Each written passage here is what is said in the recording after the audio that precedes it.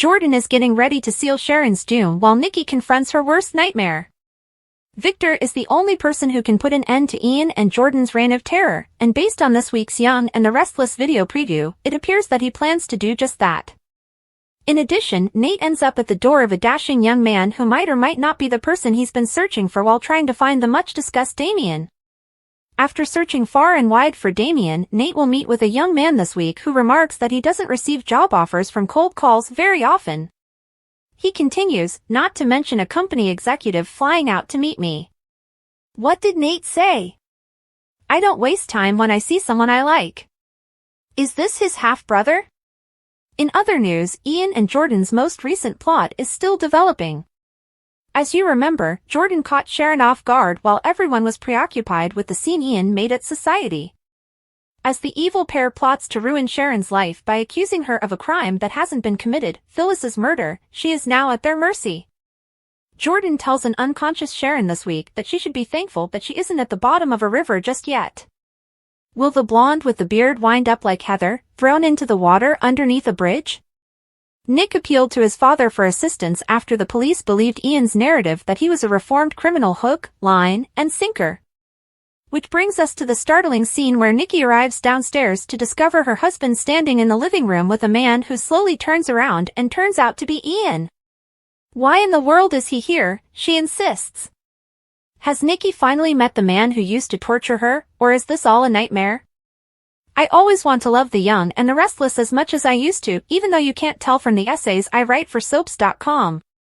Conflicts that make sense, have genuine stakes, and practically hum with passion are what I want to be excited about. Epic love stories that are so intense that I never want them to finish are what I want to be engrossed in. I want the characters to seem as familiar to the authors as they do to me and the actors who play them. I also wouldn't mind a little wit here and there. Unfortunately, I haven't gotten what I wanted for a while, and I'm ready to wager that you haven't either. I might be mistaken, there might be a certain audience that thrives on harebrained plots, villains with mustaches, and two approaches to mental illness plots, one, such as a public service announcement that reads to us from a psychology textbook, and two, like a free permission to make a character into a cartoon Sybil from Saturday Morning. Furthermore, it doesn't have to be that way. Stop me if you've heard this before. Young and Restless would be well on its way to entering a new golden age if it were to cross off the items on the incredibly small 2025 to-do list I made up for it.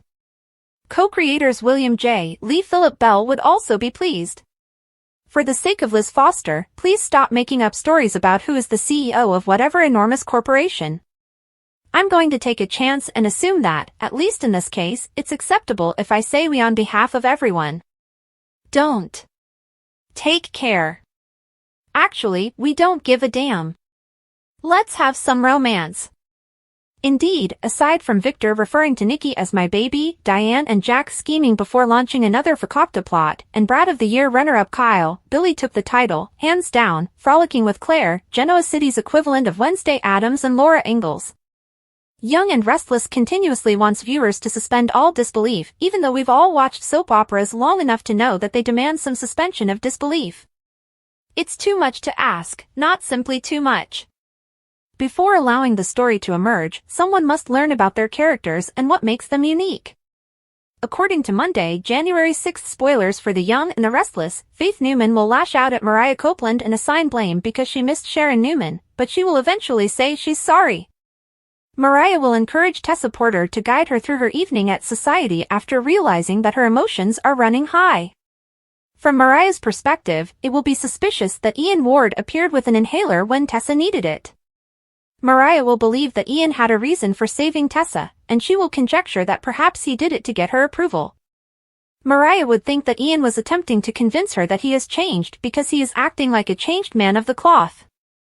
Mariah won't accept Ian's rehabilitation, of course.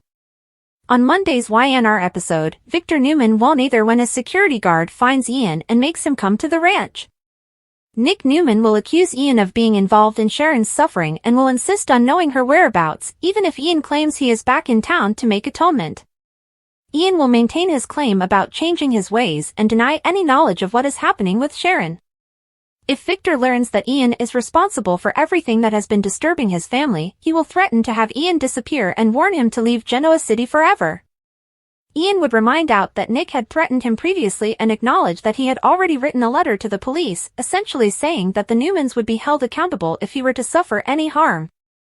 She will be anxious about Ian's homecoming and demand updates when Nikki Newman shows there. While Victor gets rid of Ian and sends his security guard to follow him, Nick will soothe Nikki in the living room. When Nikki finds out about Ian's religious act, she will discover that his release tale is regrettably accurate. Cole Howard and Victoria Newman will discuss the advantages and disadvantages of taking Victor's employment offer at the Jazz Lounge. Victoria will think it would be enjoyable for them both to work for Newman Enterprises, even if Cole will not enjoy the thought of working under Victor's supervision. Victoria won't be concerned about upsetting Cole, who will acknowledge that he's afraid of upsetting their pleasant life together.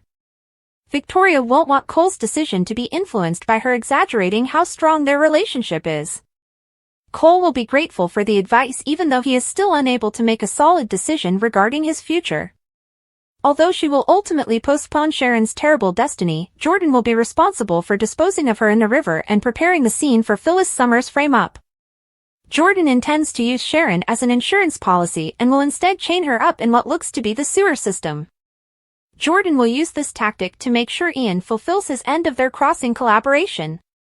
Ian will ask Jordan to confirm that Sharon has been taken care of when they meet up at their motel room. Jordan will appear satisfied by telling Ian that Sharon is where she should be.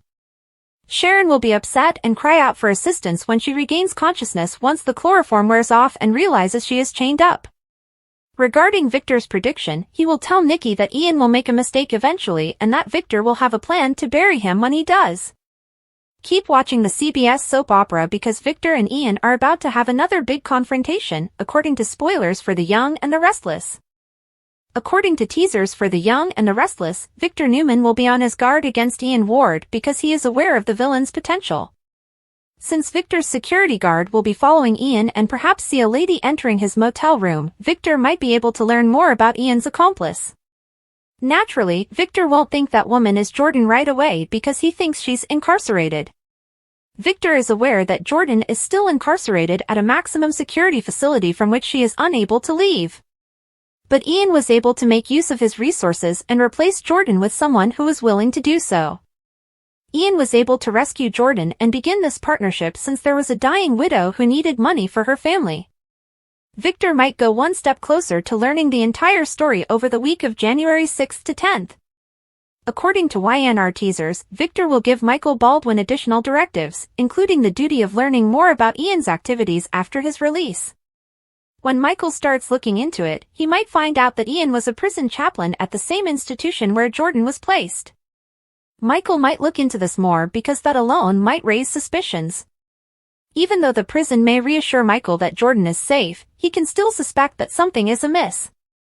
If nothing else, Michael might be able to question Jordan and learn more about her contact with Ian. Michael might visit Jordan and discover that Ian set up a fake as a result. It is likely that Michael would quickly discover that this woman is not the genuine one, even if she is a doppelganger. Victor might be furious when Michael tells him that Ian freed Jordan from the slammer, which would be shocking news. Victor might get even more enraged and determined to permanently defeat Ian and Jordan as a result. Stay watching to see if Michael will eventually provide Victor with updates on this twist, as our YNR predictions indicate that he may be crucial in exposing Jordan's escape. According to spoilers for The Young and the Restless, Victor will have a strong sense of resolve against his adversaries in the upcoming episodes, so tune in. Is Nikki's chance to put an end to the worst rival for good Jordan's fatal exit arc? The scene is set, the stakes are higher than ever, and an epic confrontation is about to take place in the realm of competitive rivalry. Two titans who have been engaged in a long-running resentment battle, Jordan and Nikki, are headed for what may be the final chapter of their illustrious feud. But has Nikki finally taken advantage of the chance to strike the fatal blow, and is this really the end of Jordan's rule? We must examine the depths of their competition, the events leading up to this crucial moment, and what it means for both of their legacies in order to comprehend how we got here and the ramifications of this possible finale. The competition that shaped a time. The hostility between Jordan and Nikki was fundamental from the start and went beyond simple personal enmity. In their different fields, both men became extraordinary talents, but their paths were bound to cross. Jordan, a flamboyant and dynamic powerhouse, always tried to force their will on the opposition. Conversely, Nikki embodied the ideal of the underdog, a tenacious and cunning opponent who thrived on strategy and accuracy. Explosive conflicts, each seemingly more intense than the last, characterized their first interactions.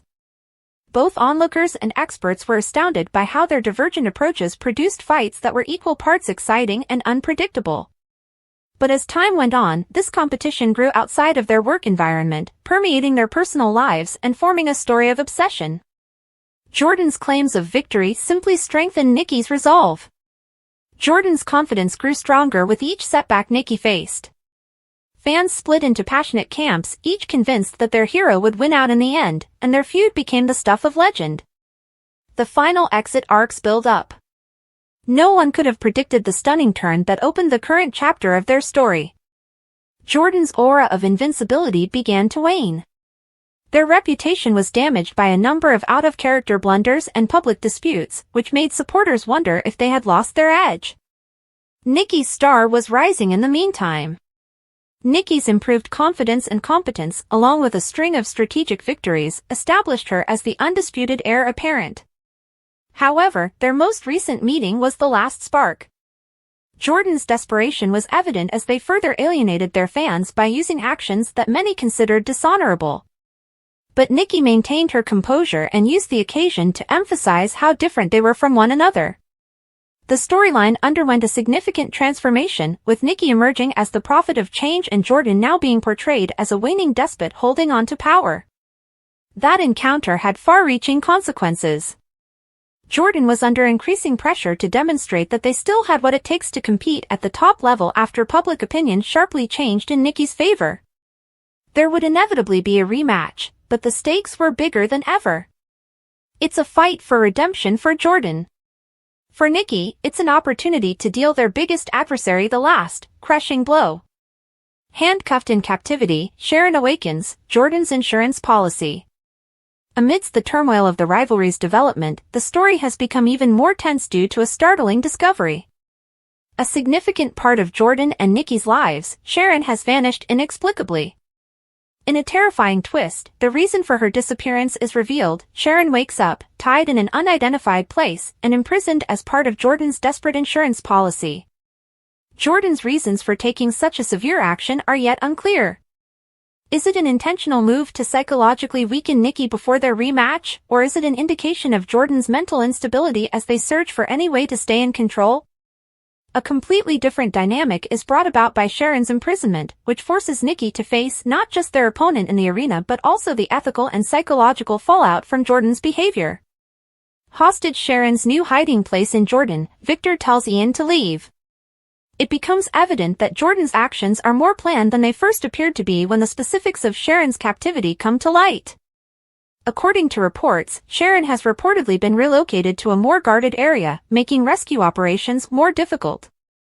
This action demonstrates Jordan's resolve to maintain control of the circumstance and guarantees Sharon's continued usefulness as a negotiating chip. Jordan's mysterious confidant and sporadic ally, Victor, is crucial to this evolution. Victor, posing as a mysterious mastermind, gives Ian, another important member of Jordan's inner circle, the command to step aside and keep his distance from the scheme. Although the rationale for this choice is yet unknown, it suggests that Jordan's camp may be experiencing internal conflicts. Is there a more serious power struggle going on here, or is Victor merely attempting to shield Ian from the consequences of Jordan's more rash plans? Nick's rescue strategy, the worst nightmare and hidden secrets of Sharon and Phyllis revealed. Nick, an unexpected player, enters the melee as Jordan tries to keep control. Nick, a lifelong friend of Sharon and Nikki, comes up with a bold rescue strategy to get Sharon back to safety. His strategy, which combines intelligence collection, clandestine activities, and strategic relationships, is both systematic and dangerous. However, Nick discovers more mysteries that were supposed to remain hidden the more he delves. Nick discovers startling details regarding Jordan's business and their previous interactions with Phyllis, a person whose past is closely connected to both Sharon and Nikki, as he gets closer to figuring out where Sharon is. In addition to posing a threat to Nick's scheme, these disclosures make Sharon and Phyllis face their darkest fears. Unresolved tensions, long-buried grudges, and hidden betrayals all threaten to spring to the surface and cause everything to fall apart. For Sharon, regaining her agency in a circumstance when she has been rendered helpless is just as important as surviving. Phyllis, however, has to deal with the consequences of choices she made a long time ago that are now coming back to haunt her. Even though Nick's approach moves them closer to freedom, they still have to work together to negotiate a web of danger and deceit. Victor's savage threat, Sharon's horror, and Jordan's deception of Ian. In a startling change of events, Jordan uses a crafty move to trick Ian into unintentionally supporting their scheme. Jordan uses a combination of coercion and lies to persuade Ian that his acts are a part of a larger plan to keep everyone safe. The harm is already done, and Sharon finds herself in an even more vulnerable situation by the time Ian discovers the truth. As Sharon starts to realize the entire extent of Jordan's objectives, her dread increases. She finds it difficult to hold on to optimism because she is stuck in a remote area and is under continual psychological strain. But her tenacity turns into a wordless act of resistance to Jordan's plans, strengthening her will to live. Victor's patience, meanwhile, finally gives out. Victor gives a harsh ultimatum after discovering Jordan's most recent ruse, threatening to destroy Jordan's entire business if Sharon isn't freed right now. With the support of his vast resources and network of allies, his threat is more than simply a warning, it is a promise. The conflict between Jordan and Victor adds another level of interest because it has the potential to upset the delicate power dynamics in Jordan's camp. The battle of the mind. The psychological struggle between the two has escalated to new levels as the rematch draws near. Jordan's unwavering confidence now appears to be tinged by insecurity. According to interviews, the fighter is plagued by the fear of losing and is determined to disprove their skeptics. On the other hand, Nikki has accepted their position as the challenger who became a favorite. The pressure on their competitor has only increased as a result of their composed manner and subtle barbs at Jordan's weaknesses. Both sides are fighting a verbal war on social media, which has turned into a battlefield unto itself.